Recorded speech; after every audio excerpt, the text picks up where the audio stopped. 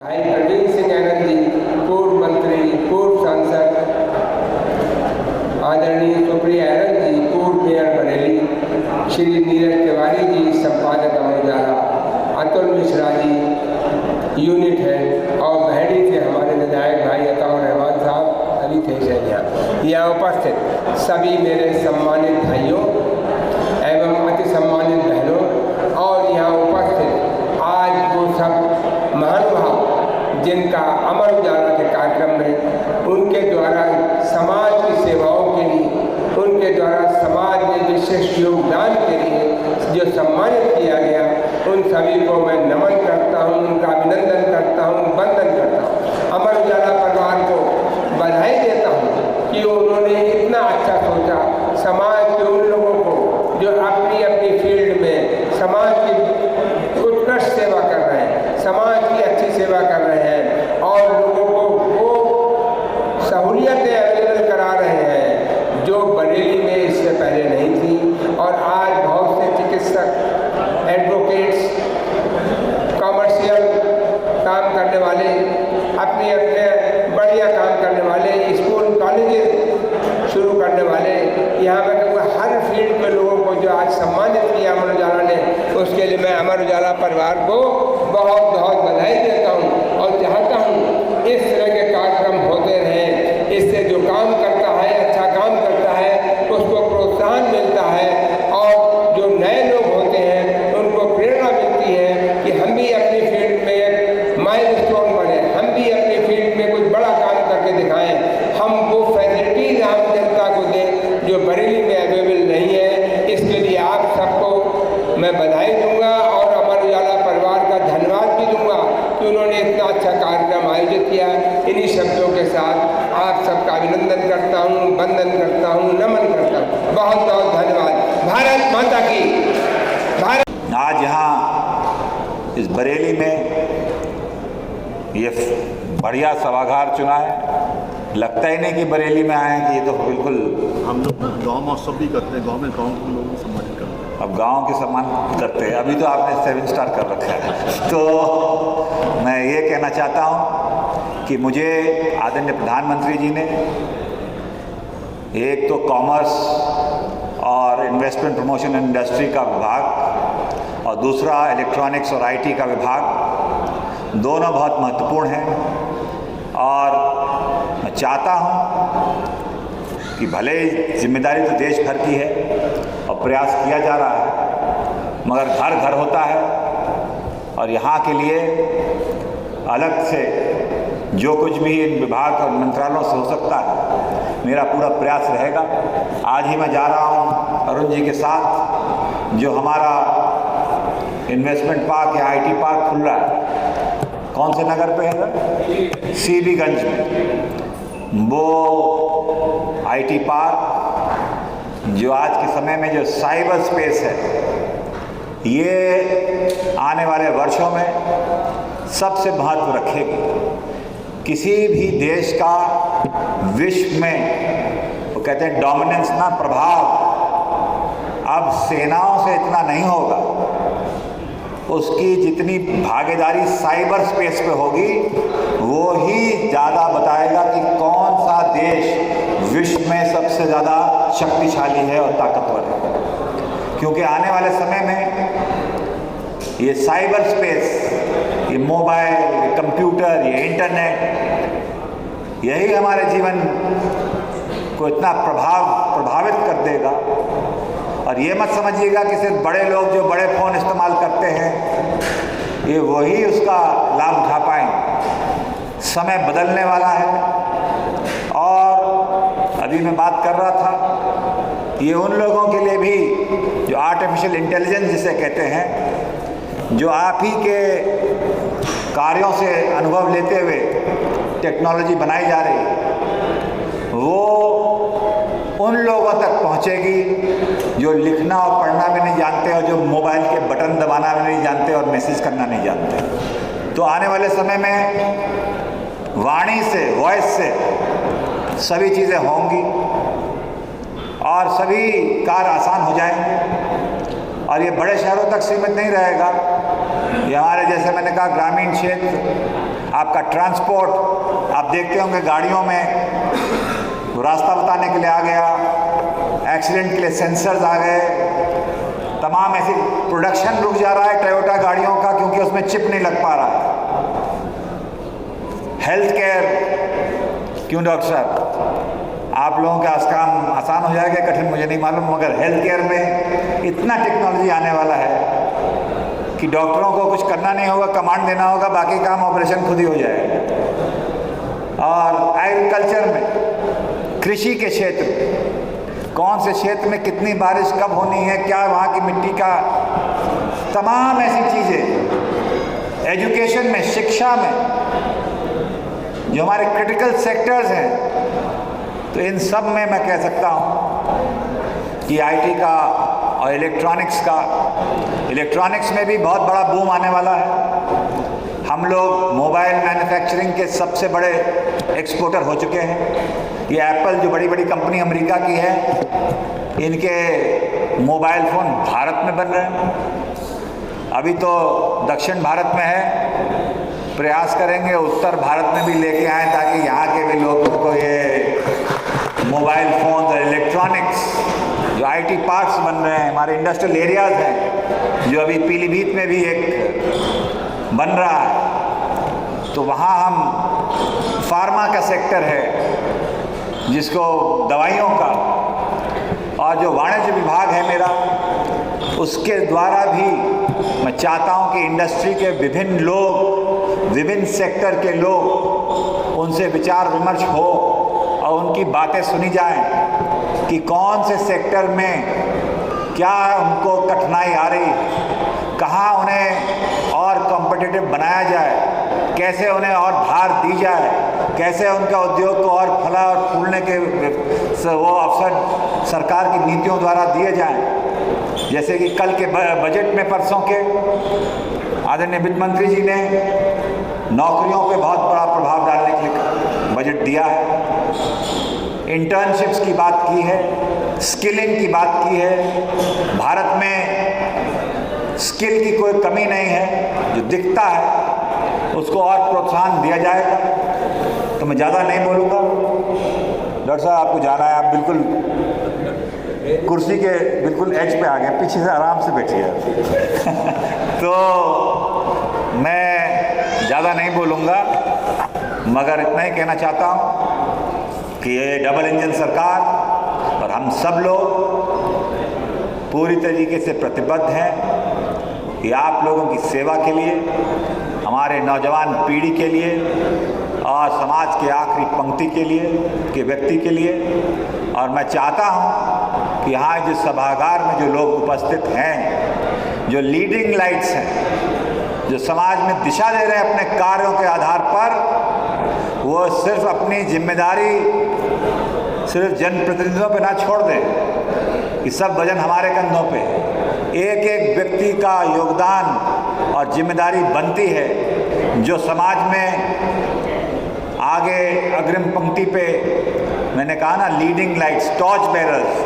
Torch bearer वो होता है, जैसे ओलंपिक चल रहा है, जो सबसे आगे चलता है ना, वो टॉर्च बेरर होता है। तो आप लोग टॉर्च बेरर्स हैं अपने अपने सेक्टर्स में। कोई हेल्थ में है, कोई इंफ्रास्ट्रक्चर में है, कोई एजुकेशन में है, कोई टेक्नोलॉजी में है। तो आप लोगों को भी योगदान देना होगा, मिल के हम लोगों को कार्य करना होगा, और मिल के तभी उसके परिणाम धरातल पे दिखाई देंगे। लोगों के जीवन को हम परिवर्तित कर पाएंगे, उनको सुनहरा भविष्य दे पाएंगे। आने वाली पीढ़ियों के लिए एक सशक्त और विकसित भारत, जो प्रधानमंत्री नरेंद्र मोदी जी की परिकल्पना है 2047 की, वो उसको हम पूर्ण कर पाएंगे। तो इसमें समाज के सिविल सोसाइटी, हमारे इलेक्टेड रिप्रेजेंटेटिव्स, हमारे प्रशासन, हमारे संगठन के लोग, और सबसे महत्वपूर्ण ये मीडिया। कहाँ गए सब अमर उजाला? आप लोगों का बहुत बड़ा योगदान होगा कि ये जो सोच है और जो हमारे कार्य हैं वो आप जन जन तक पहुँचाएँ।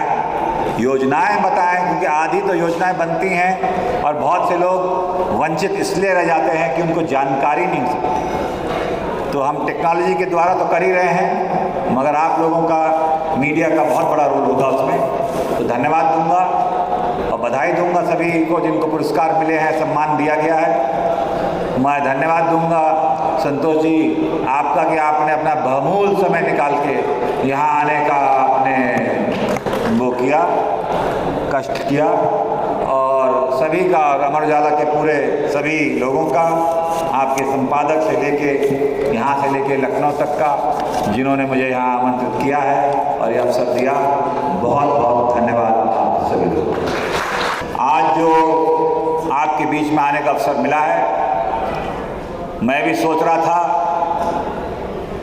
कि कहाँ दिल्ली से, क्योंकि कल संसद चल रही थी, जाऊंगा और फिर वापस जाना है, मगर यहाँ के अच्छा लगा कि मैंने निर्णय सही लिया कि अमर उजाला का जो आमंत्रण है वो स्वीकार तो हमें करना ही था, वरना रोज़ ऐसी खबरें छापते कि हमें पता नहीं क्या कर देते। मगर उससे ज़्यादा महत्वपूर्ण जो लोगों को आज सम्मानित किया है वो मेरे लिए बहुत ही सुखद पल था, क्योंकि मंच पे जब मैं उनको सम्मान दे रहा था और 2 मिनट जिन लोगों से चर्चा हुई वो मेरी आंखें खोल दी।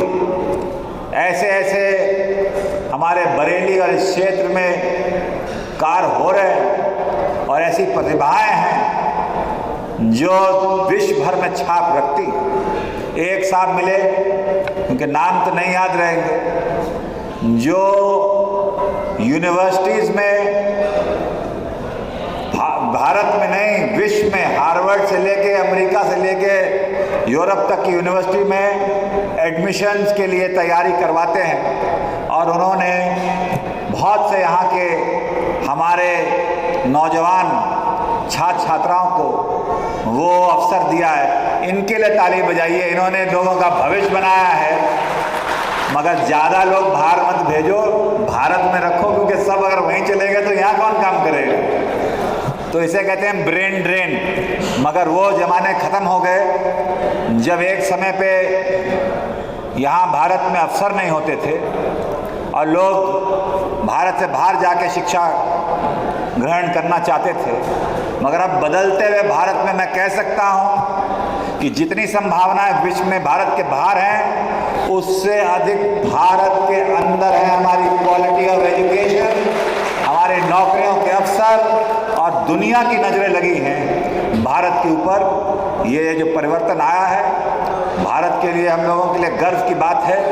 और यहाँ जो लोग बैठे हैं वो भले ही विभिन्न दलों के हों, हमारी राजनीतिक विचारधाराएं अलग अलग हों, मगर अभी भी प्रधानमंत्री जी ने भी जो अपनी बात रखी थी सदन शुरू होने से पहले, जब पार्लियामेंट शुरू हुआ था, कि दल की राजनीति खत्म, चुनाव खत्म, अब देश के लिए काम करना है। तो मैं यही चाहूँगा, इसी सोच के लिए कि हम लोग आगे बढ़ें, चाहे कुछ भी हमारी राजनीतिक विचारधारा हो, कोई भी दल हो, मगर देश पहले आता है और सब लोग मिल के देश की सेवा के लिए अपना योगदान दें। ये आज के समय के लिए सबसे महत्व रखता है।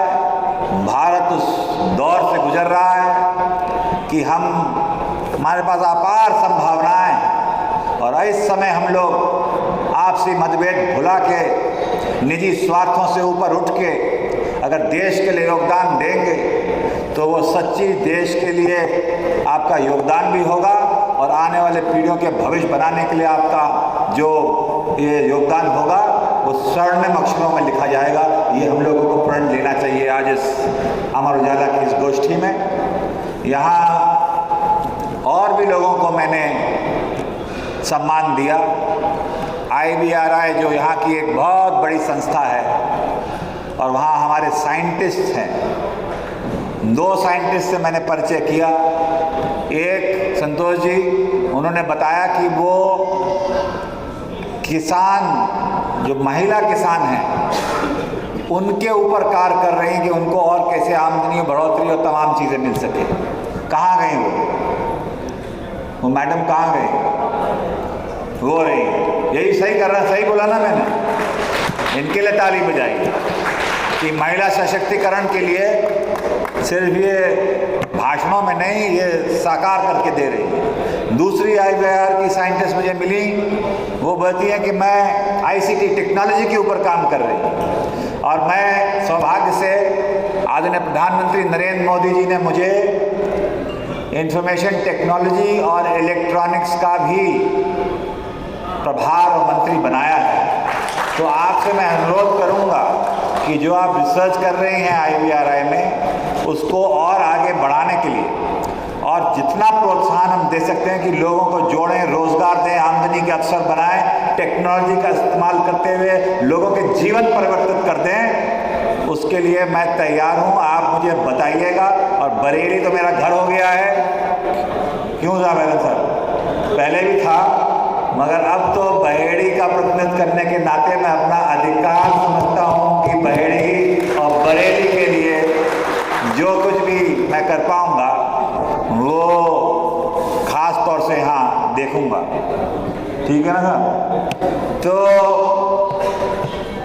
प्रतिभाएं तो और भी थी, कोई रियल एस्टेट, कोई डॉक्टर, कोई कैंसर का डॉक्टर था, कोई बच्चों का न्यूरोसर्जन था, कोई ऐसी प्रतिभाएं जिसको मैंने सोचा नहीं था। तो इसको जो अमर उजाला ने पहल की है, मैं उनको बधाई देता हूँ कि ये आप लोगों ने जो पहचान की है, खोज है हमारे टैलेंट की, भारत की, जो सिर्फ बड़े शहरों तक सीमित थी, दिल्ली बम्बई तक, और Tier 2, Tier 3 सिटीज़ पे नहीं पहुंचते थे, मगर भारत में भी वो टैलेंट नीचे तक है, गांव तक होगा।